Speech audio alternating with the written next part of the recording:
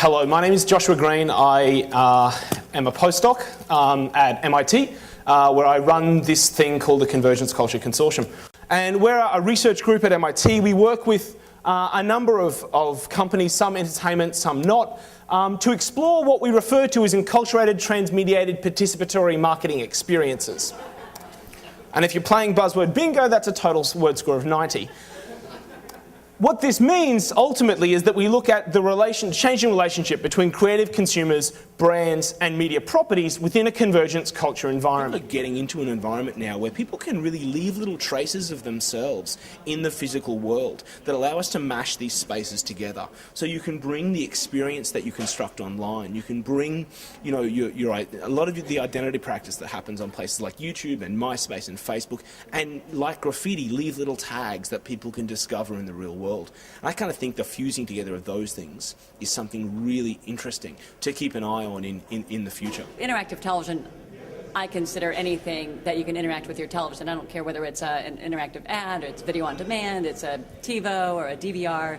To me, anything like that where you're actually interacting with your television like you haven't done before, to me, is interactive television. What I talk about today is the future of television is going to change because for the first time, truthfully, one of the big things, and there's more to it than this, but one of the big things is, for the first time, creatives with creative tools can control, develop, and deploy interactive television on digital television, on mobile phones, in broadband, and any digital device that can play video, in fact. You can do interactive television for the first time and do the complex things that typically took engineering teams to do. And that's really going to be a sea change for the industry. This is what gets really interesting about the interactive medium. A lot of people think, oh, it's a website, or oh, it's a banner, or oh, it's a social network widget, but it's more than that. It's how do you create emotionally engaging experiences? How do you tell stories? How do you connect with people? The figures he's using are correct. But the thing is that within 2 or 3 years, when we're saturated with TiVo, all the numbers are going to be inflated. They're all going to be completely different, and the advertisers haven't reacted quickly enough.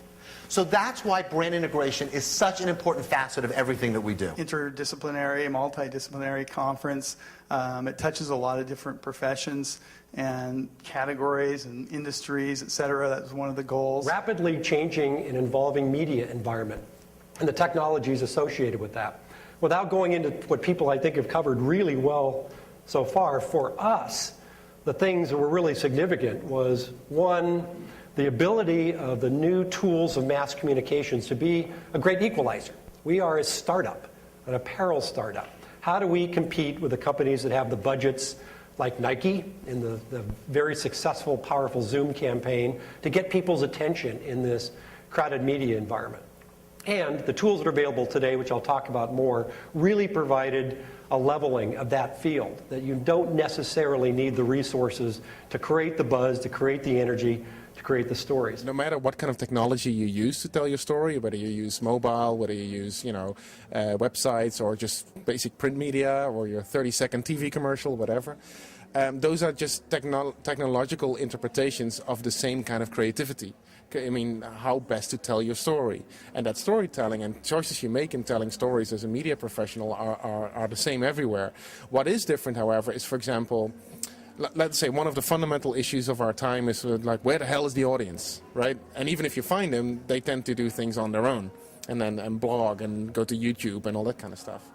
Now, all the different media professions struggle with the same question. I mean, journalists find out that nobody reads their newspaper anymore, and advertisers find out that everybody's fast-forwarding through their 30-second commercial. Now, the profession that has really resolved that question very well is the game industry. They, from day one, have started to include the gamers into game development and game marketing and game promotion and game innovation.